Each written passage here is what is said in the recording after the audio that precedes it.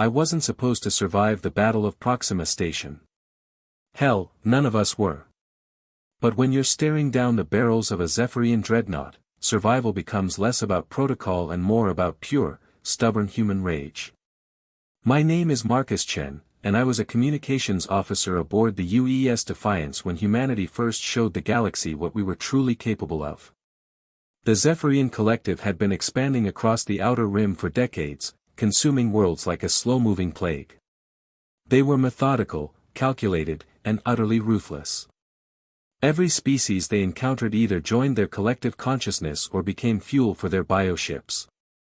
They had absorbed 17 different civilizations, adding their knowledge, their technology, their very essence to their ever-growing hive mind. When they reached our frontier colonies, Earth's response was predictably human. We didn't retreat. We didn't negotiate. We sent the Third Fleet with orders that were as simple as they were impossible: hold the line at any cost. The Defiance was part of that fleet, a heavy cruiser with more scars than paint, crewed by veterans who had seen too much and rookies who hadn't seen enough. Captain Sarah Morrison commanded our ship with the kind of quiet intensity that made even hardened Marines straighten their spines. She had steel-gray eyes that never seemed to blink and a voice that could cut through the chaos of battle like a blade through silk. We dropped out of hyperspace at Proxima Station on a Tuesday morning, ship's time. The station was humanity's furthest outpost, a massive mining and research facility that housed over 50,000 civilians. Intelligence had warned us the Zephyrians were coming, but intelligence had been wrong about a lot of things lately. The enemy fleet was already there. I'll never forget that first sight. 12 bioships hung in the void like diseased organs, their hulls pulsing with veins of bioluminescent light. Each ship was a living thing, grown rather than built, with weapon ports that opened and closed like breathing mouths. At their center sat the largest vessel I'd ever seen, a command ship that looked like a twisted cathedral made of bone and sinew. "Christ," whispered Lieutenant Torres from the navigation station. "How are we supposed to fight that?" Captain Morrison's voice cut through the bridge chatter like a whip crack. "The same way humans have always fought. Dirty, desperate, and with everything we've got." She turned to me, those gray eyes boring into mine. "Chen, open a channel to all ships. Fleet-wide." My fingers danced across the communications array, establishing links with our sister ships. The Retribution, the Prometheus, the Valkyrie, and 8 others. 13 human vessels against 12 alien nightmares. The odds weren't terrible, but they weren't good either. "This is Captain Morrison to all vessels," she began, her voice carrying across the fleet. "The Zephyrians think they know us. They've studied our transmissions, analyzed our tactics, calculated our weaknesses. They believe humans are just another species to be catalogued and consumed. Today, we teach them they're wrong." The Zephyrian command ship began broadcasting on all frequencies, its message a symphony of clicks, whistles, and harmonics that somehow translated directly into our minds. The collective consciousness spoke as one voice, alien yet comprehensible. "Human vessels, you resist the inevitable. Your species shows promise, but your individuality is chaos. Submit to unity. Become part of something greater. Your defiance serves no purpose." Captain Morrison's laugh was cold as vacuum. "Chen, transmit this response: go to hell." The battle began with a silence that stretched like a held breath. Both fleets hung motionless in the black, weapons charged, shields raised, waiting for someone to make the first move. The Zephyrian bioships pulsed with alien energy, their living hulls rippling as if they were breathing. Our ship sat like steel predators, gun ports open, missiles armed. Then the Prometheus fired. The first shot was a plasma torpedo that streaked across space like a falling star. It struck the nearest bioship dead center, and for a moment, I thought we had scored an easy kill. But the alien vessel's hull simply absorbed the blast, the energy spreading across its surface like ripples on a pond. The ship shuddered, wounded but very much alive. The Zephyrians responded with coordinated precision. 12 bioships fired as one, their weapons creating a web of energy that lanced toward our formation. The destroyer Icarus took the brunt of it, her shields flaring bright before collapsing entirely. The second volley tore her apart, scattering debris and bodies into the void. All ships, evasive maneuvers. Morrison barked. Break formation and engage at will. What followed was unlike any space battle in human history. The Zephyrian ships moved like living things, flowing and undulating through space in patterns that defied tactical prediction.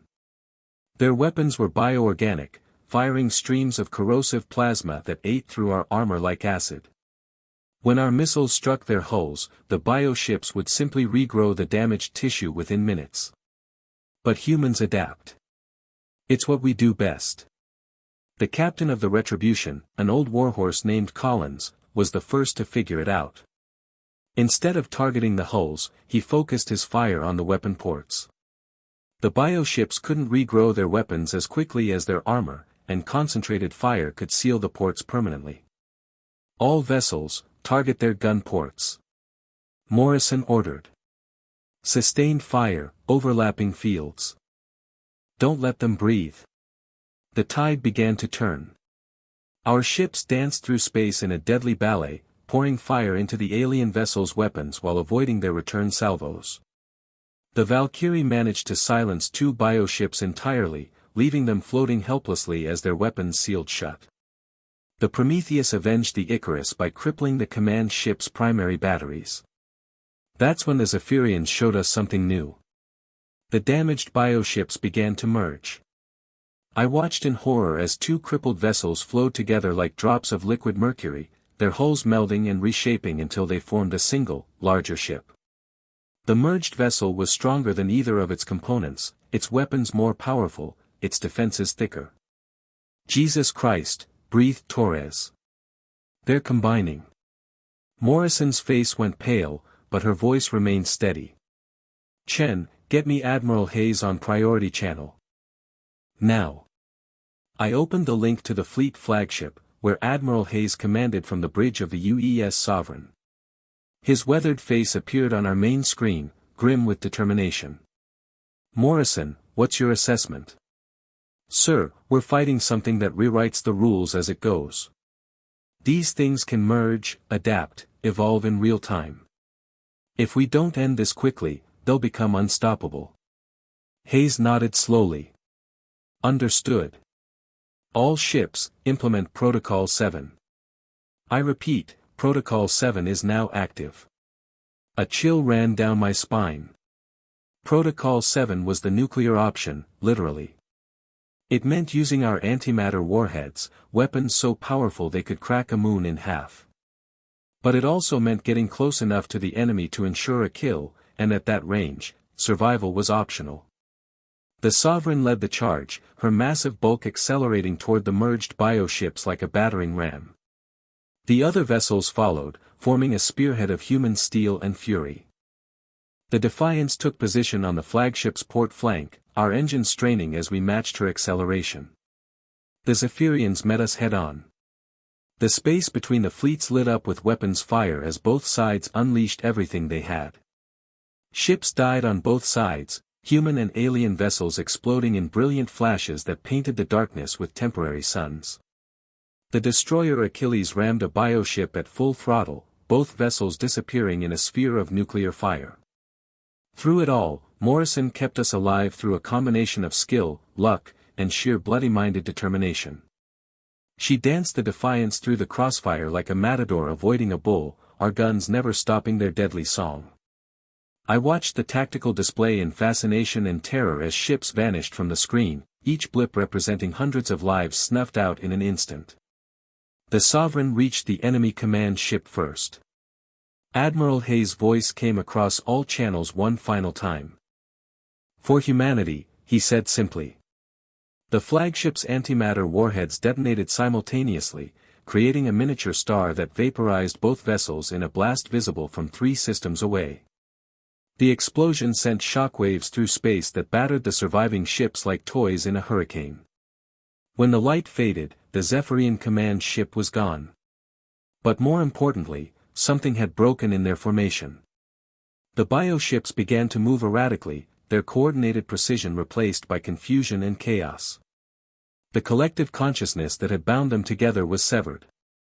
They're disoriented, Morrison realized. Without their command ship, they can't coordinate properly. All remaining vessels, pressed the attack. We fell on them like wolves on wounded prey. The remaining bioships fought desperately, but without their hive-mind connection, they were just individual vessels facing a coordinated human fleet. One by one, we picked them apart. The Prometheus finished off 2 merged ships with a sustained barrage. The Retribution and Valkyrie working together to crack open the last heavy bioship like a nut. When the last alien vessel finally died, spilling its bioluminescent blood into the void, a strange silence fell over the battlefield. We had won, but the cost had been enormous. Of the 13 ships that had entered the battle, only 7 remained functional. Admiral Hayes was dead, along with 3,000 other souls who had given their lives to hold the line. But we had done more than just win a battle. We had shown the galaxy that humanity couldn't be absorbed, couldn't be converted, couldn't be broken. We were something new, something the Zephyrians hadn't encountered in their centuries of conquest. The aftermath came quickly. Within hours, every major power in the galaxy had received recordings of the battle. The footage spread like wildfire through interstellar networks, showing a species that had faced impossible odds and emerged victorious through courage, sacrifice, and stubborn refusal to surrender. The Zephyrian Collective, for the first time in their history, retreated. Their expansion halted as they pulled back to reassess this new threat. Other species that had lived in fear of the bioships began to hope. Trade delegations from a dozen worlds arrived at Earth within weeks, seeking alliance with the species that had achieved the impossible. But the victory at Proxima Station was just the beginning. Intelligence reports started flooding in from across the galaxy. The Zephyrians weren't just retreating, they were regrouping. Their bioships were evolving, adapting to counter-human tactics. They had learned from their defeat, and they were coming back stronger. Captain Morrison, now promoted to Admiral after Hayes' sacrifice, called me into her ready room 3 weeks after the battle. The space was spartanly furnished, dominated by a holographic display showing Zephyrian fleet movements across known space. Her gray eyes held a weight I hadn't seen before, the burden of command during humanity's darkest hour. "Chen, I need you to understand what we're facing," she began, her voice carrying the exhaustion of sleepless nights spent planning humanity's survival. The Zephyrians aren't just another enemy. They're an existential threat. Every battle we lose, every ship they capture, makes them stronger. They learn from us, adapt to us, become us in the worst possible way. She activated the holodisplay, showing the alien fleet compositions. The bioships had changed, their organic hulls now incorporating elements of human design. Armor plating that looked suspiciously like our own, weapon configurations that mimicked our tactical doctrines. "They're using our own innovations against us," I observed, feeling a chill run down my spine. Morrison nodded grimly. "Exactly.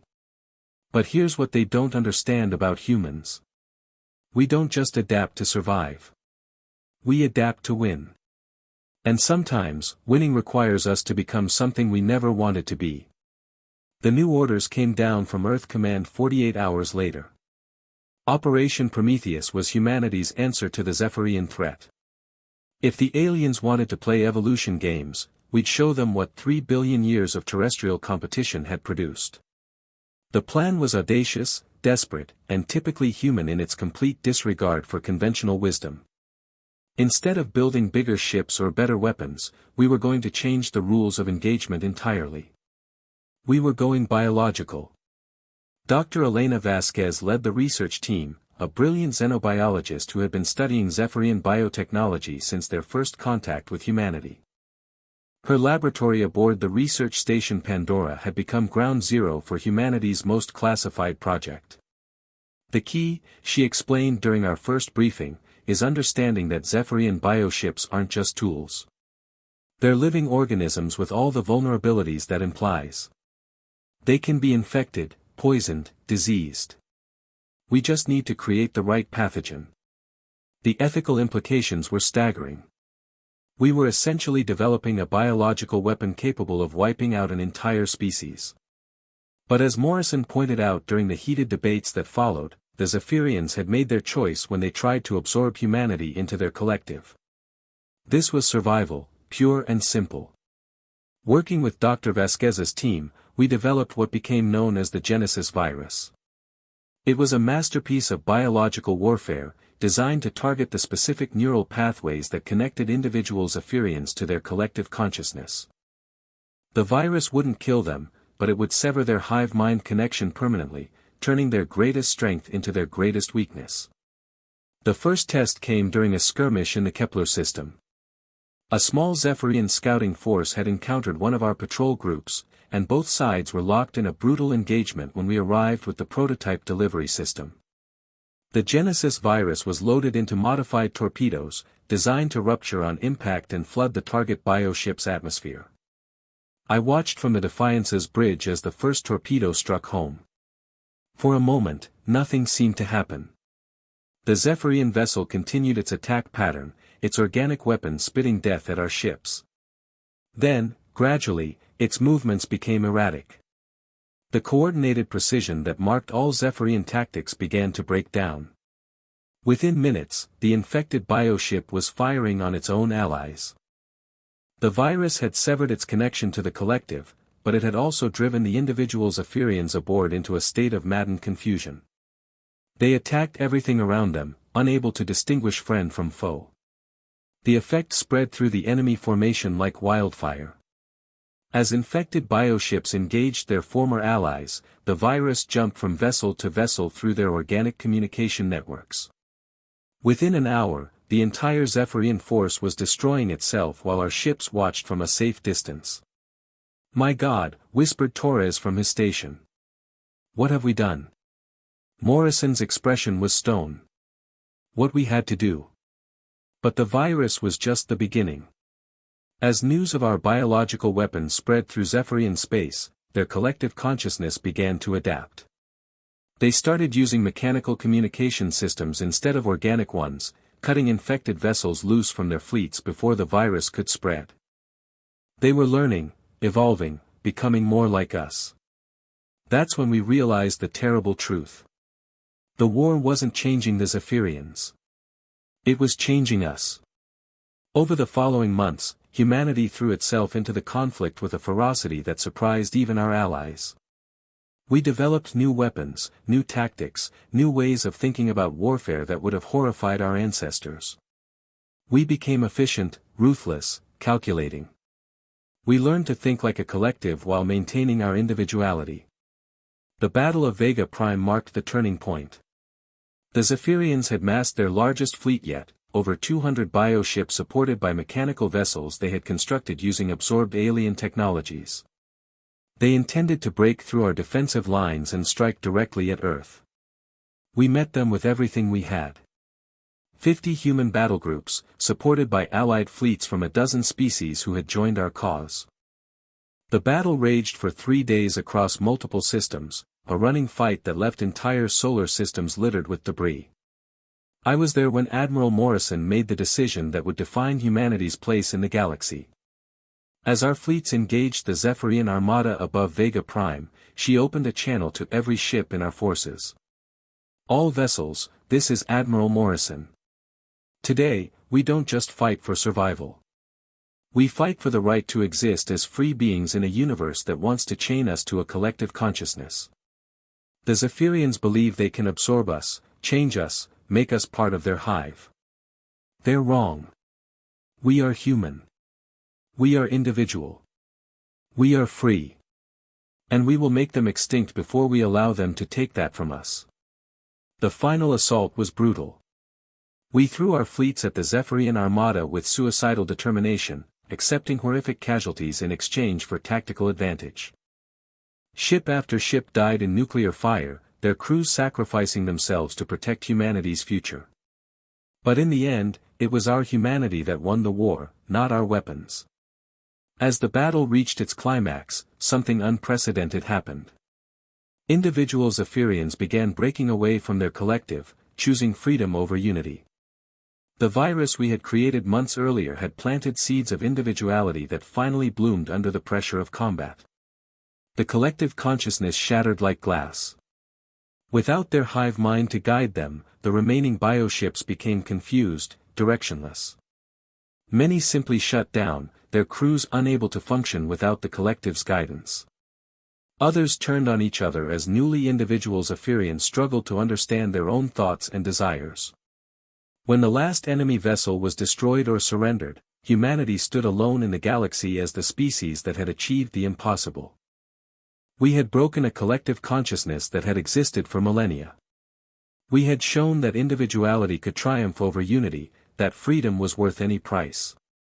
The war's end brought unexpected challenges. Thousands of newly individual Zephyrians sought asylum with humanity, their former collective viewing them as diseased outcasts. We became the guardians of freedom for species we had once considered enemies. Years later, as I stood on the bridge of the UES Defiance III, watching human colonies spread across former Zephyrian space, I reflected on what we had become. The war had changed us, made us harder, more ruthless, more willing to do terrible things in the name of survival. But it had also proven something fundamental about human nature. We were not just another species scrambling for resources in an uncaring universe. We were the guardians of individuality, the protectors of free will, the species that would fight and die before allowing others to chain our minds. Fear had indeed been born at Proxima Station. But it wasn't the Zephyrians who should be afraid. It was anyone who threatened human freedom, human individuality, human choice. We had become something new in the galaxy, something unprecedented. We had become the apex predators of free will itself. And God help anyone who tried to take that from us.